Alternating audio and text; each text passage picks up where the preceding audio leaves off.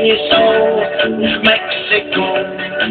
Buenos Dias, já tam nebudu, jenom si poslechnu pěknou muziku, co se hraje v Mexiku.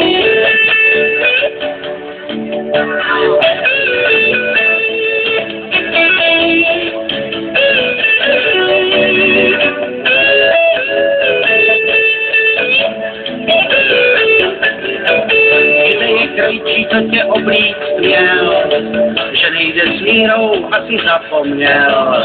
Spíš má ale metr v jiným šuplíku, nebo co mají vlastně v Mexiku.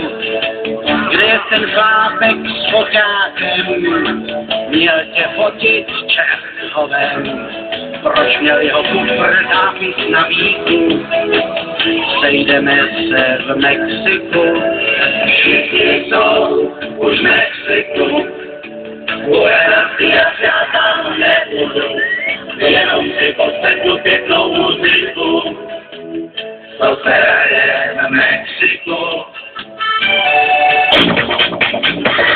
Mám krásnou z televizí, je tu šlo již vízí. Máš na to, co chceš, lepší už nenajdeš.